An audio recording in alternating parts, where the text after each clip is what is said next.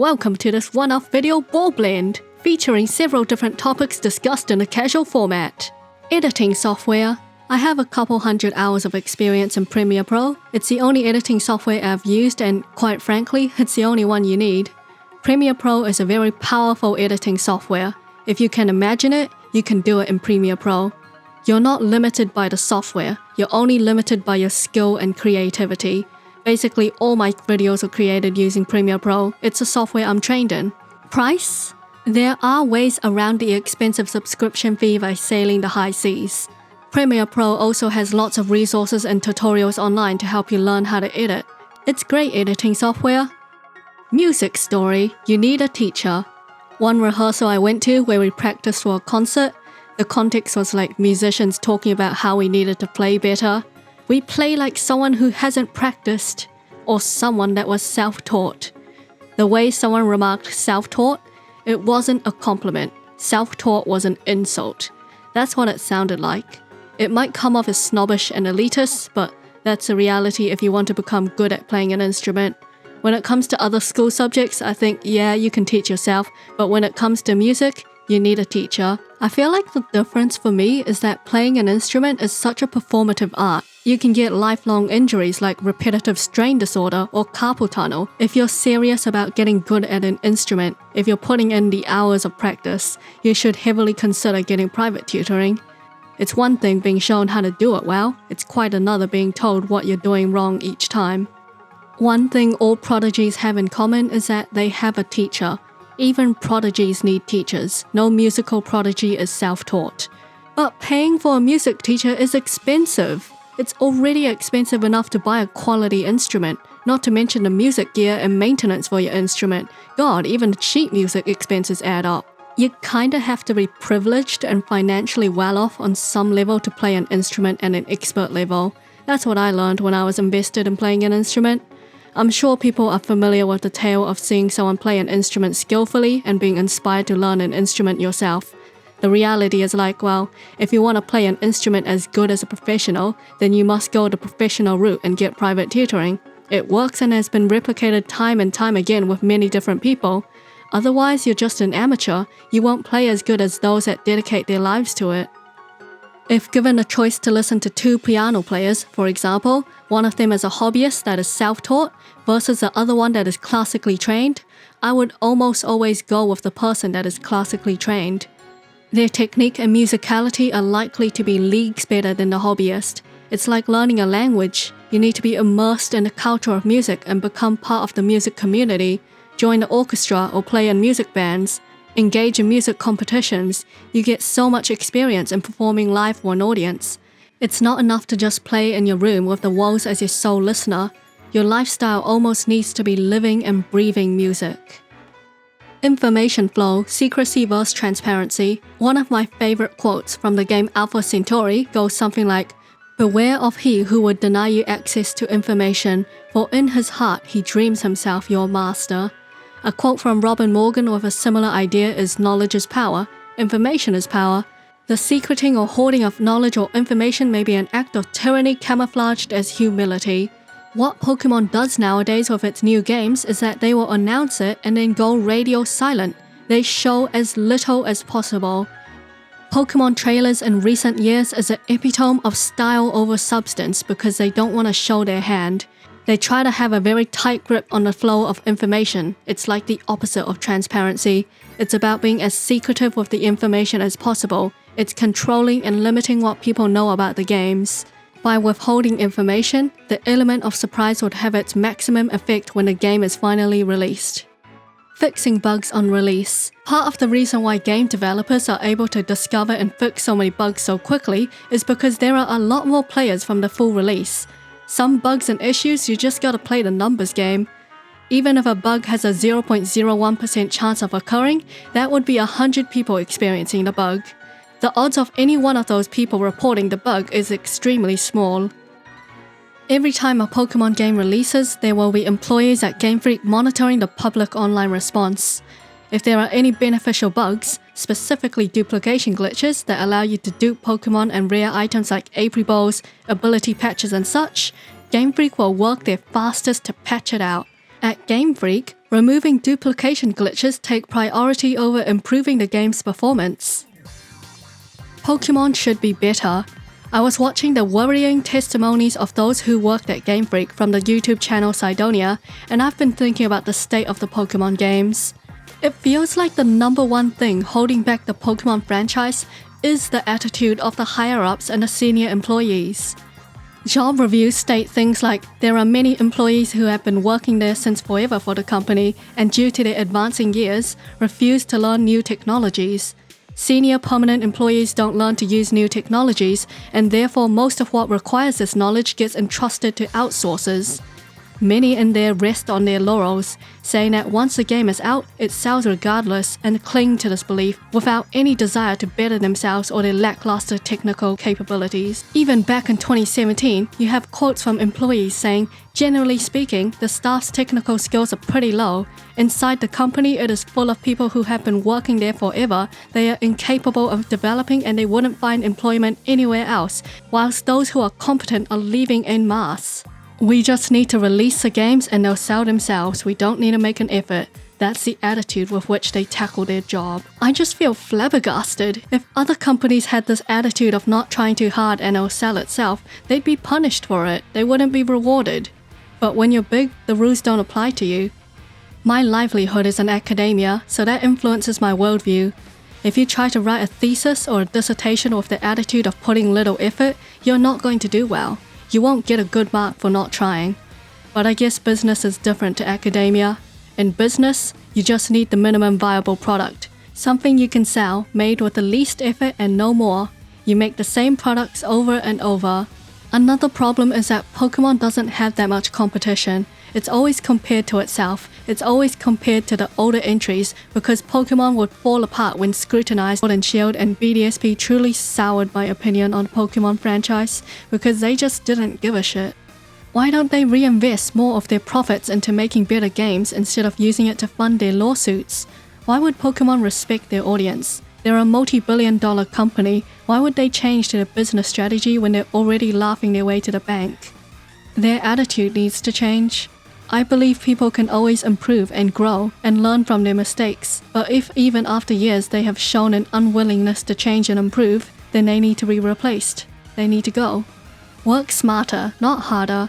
Ask yourself this: if you can make tons of money with minimal effort, why would you try harder? Isn't the saying, work smarter, not harder?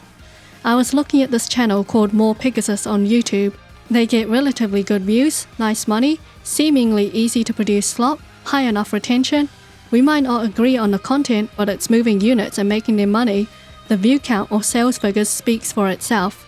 Not everyone cares about producing top-tier, top-of-the-line content. Look how much more work good videos take to produce. The big YouTubers are paying multiple editors to create their videos. Heck, some have whole teams writing the scripts and producing the content.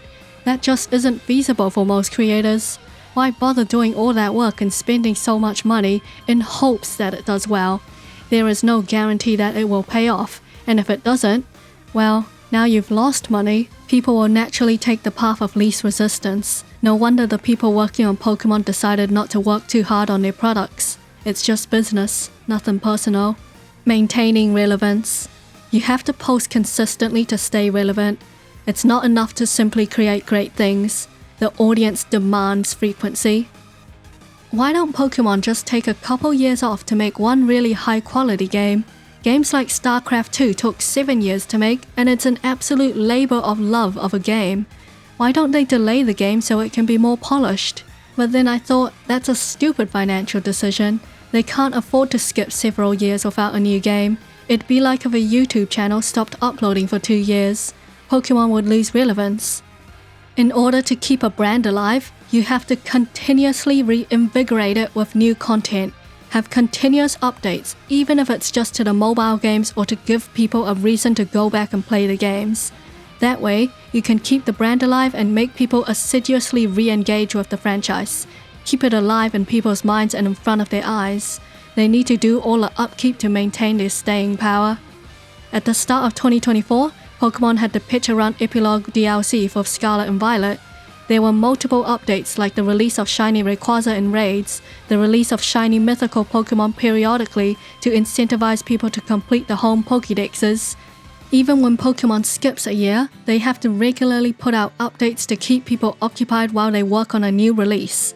It's just not a viable business strategy for Pokemon to delay several years. They would make less profit because it would take more time and expenses to make it better. The Pokemon Company are already laughing their way to the bank with their current business strategy. They insist on pumping out new games almost every year because if they aren't prolific, Pokemon will not maintain its popularity and it will fade from the public consciousness. No new game or update means content creators won't be able to make posts or videos about it. If people aren't making social media posts about it, people won't talk about Pokemon, and if it's not being discussed, it won't stay relevant in people's minds. The less relevant a franchise is in cultural discourse, the more work you force onto the developers to earn that trust back. Why don't they just release a new Pokemon game without any new Pokemon? Well, no, that's hard because they need people to get hyped over new Pokemon designs. Every time a new game is announced, or they reveal a new Pokemon, the social media posts come pouring out. The fan artists draw at lightning speed, practically affirming the creation as part of reality. There is power in creating something and sharing it for the world to see. When there's conversations and eyes on a franchise, it's all free advertising. Actually, the worst thing for the Pokemon Company is if people ignore it. A true boycott of the Pokemon franchise would be to stop engaging with it entirely. It is better for the Pokemon franchise when people discuss its shortcomings, even if it's all negative, than to not show any interest and let the franchise fade into obscurity from disengagement. As long as people are engaging with it and showing interest in it, Pokemon will be fine. You can't just protest with your wallet, you need to protest with your time. Philanthropy as a shield for criticism. Philanthropy never has been and never will be charity. It's almost unilaterally rich people trying to launder their image. Philanthropy is always for show. I saw a comment online about how the wealthiest man in France donated $200 million to help rebuild the Notre Dame Cathedral from damages by arson. This rich guy immediately made a big announcement. Some French people were happy because otherwise it could have taken decades to rebuild the infrastructure, but other people know that the wealthiest man in France is also an infamous tax evader. So why does he suddenly use his money now when it should already be flowing into the country's public system? Turns out donations are tax-free in many countries, including France. Plus, this wealthy donor earns the prestige of being immortalized as the one who almost single-handedly saved the millenary building beloved by millions of people around the world. That does not shield you from criticism or justice. Instead of looking at the result, ask the source why they do it and look at what they gain in return. YouTube Rambles. Imagine doing YouTube full-time and not getting paid for it. Even Tom Scott seems to imply that you need quantity, that instead of polishing one idea, you should be shoveling out multiple ideas. If you spend $10 and 1 hour on an idea, it is likely to fail. But if you spend $1 million and a year on an idea, it is still likely to fail. Most things fail. And sure, something that's spent months being polished might have a slightly better chance of survival, but the odds are still against you. Instead of polishing, you could spend those months shoving out 10 or 20 or 100 ideas, and each one of those projects is a new roll of the dice. And each one of those projects is something that you learn from, something that helps make the next roll of the dice just a little more likely to succeed. The plan with YouTube is to create stuff and develop skills. I'm well aware that nothing lasts forever. If all you're trying to do is repeat your one success, or if all you're doing is trying the same thing over and over and over and over and over again for years and you're getting nothing back, then you might as well just be throwing your money in a fire. So these days, I hope that my ideas work. I try to accept when they don't, and I try out new things. The most important thing for YouTube videos now is the idea. Has the idea been done before? How novel is the idea? Is there a market for it? First mover advantage is huge on YouTube. Be the first to make a video on it. Every Generation 6 Pokemon design explained. Every Generation 7 Pokemon design explained. Every Generation 3 Pokemon design explained. Those ideas would definitely get views because as of making this video, the idea hasn't been done yet and there is market demand for it. After the idea, the most critical part of the video is the first 60 seconds. That's when people decide whether to keep watching or not. If there's anything you over-edit, it's the first minute of every video. Instant gratification. Hook people within the first few seconds. The rest of the video isn't as significant as that first minute. Purposely do things wrong to get engagement. Mispronounce things, spell things wrong, have facts that are blatantly incorrect. People will feel compelled to comment, "Why isn't anyone else talking about this?" It's not something I want to do, but I've seen other creators do it and it obviously works. Rage bait. In the modern YouTube landscape, any and every shred of advantage will help you. Don't bother making original stuff or trying to reinvent the wheel, just copy what's already successful. Do what has already proven to work when there is already an established audience, instead of trying to build an audience from the ground up. Don't create art for YouTube. Don't create art for your audience. Don't pander to the tastes of others. You need to create the art that you want to make. You need to make videos you enjoy and are proud to have spent your time on. Making videos is never a waste if you enjoyed the process and are proud of the result. The X factor, or the wow factor, is anything you can do that nobody else can do. I started this channel with no commentary gaming footage, but the problem is that anyone can play a game and upload their footage online. It's fine if you just want a repository of your gameplay, but it won't grow the channel. You need to make content that people can't get from anywhere else. Get to a point where other people just can't compete with you. Writing things fast instead of slow. Written reflections are like diary entries, and we can't go back and create them long after the events have taken place. It is our in-the-moment thoughts and feelings that are important. Written reflections are a valid record of professional development and over time show the trajectory of your learning. I was reading some insightful comments from a writer who wanted to be anonymous. Let's say you've been writing a book. A book you write fast can almost completely capture a place you're in mentally. If you spend a long time writing a book, you will start to notice how often your perspective shifts, even if it's just by small margins. 2 years ago, your books had this feeling and seemed to keep returning to this theme, and now it's this one. That can change over the course of a few weeks just because you watched a movie, experienced something in your life, or read a book. The slower you write, the more likely you are to shift your perspective mid-book. The more you'll feel like you need to go back and reread, tweak, and overanalyze. Sometimes a sentence you try to optimize 10 times is worse than the first one that came to your mind. Whereas a book you wrote quickly is often more coherent than the one you pick over for years. You're writing the whole story from the same place with roughly the same mindset. We all change a little over time, and if you try to spend 4 years writing a book, you're going to keep coming back to hate what you wrote a year ago, revising it to fit your current state, and so forth and so on forever. Being aware of the market. There's more volume of romance books being read, but that also means more people are coming to compete. If you run a race with 1,000 people, there will be more people in the top 10%, but statistically speaking, those 10% will be faster than a random group of 100 people. In other words, it can arguably be easier to break into a smaller niche and earn a living because there aren't as many creators to serve the needs of the audience. I learned that there's a difference between making videos for yourself and making videos for an audience. I didn't realize how much of a business YouTube was. Supply and demand. The irony is that you have to do YouTube as a business to succeed, because if you do YouTube as an artist and make whatever you truly want to make, it is really hard to get traction. You can make videos for yourself, but the market is saturated by people making exactly what the customer wants. Why are they going to buy your story that doesn't fit their tastes at this moment when there are 10 others that have just come out this week that fits right up their alley? If you want an audience, you have to make videos that are marketable to an audience. You need to make something that sells. YouTube burnout. If you watch the credits on a television show or a movie and see the long list of names rolling past the screen, you're basically expected to be every single one of those roles. The bar to YouTube is super high. You need very high production values. The videos have to be manufactured at a level similar to TV quality.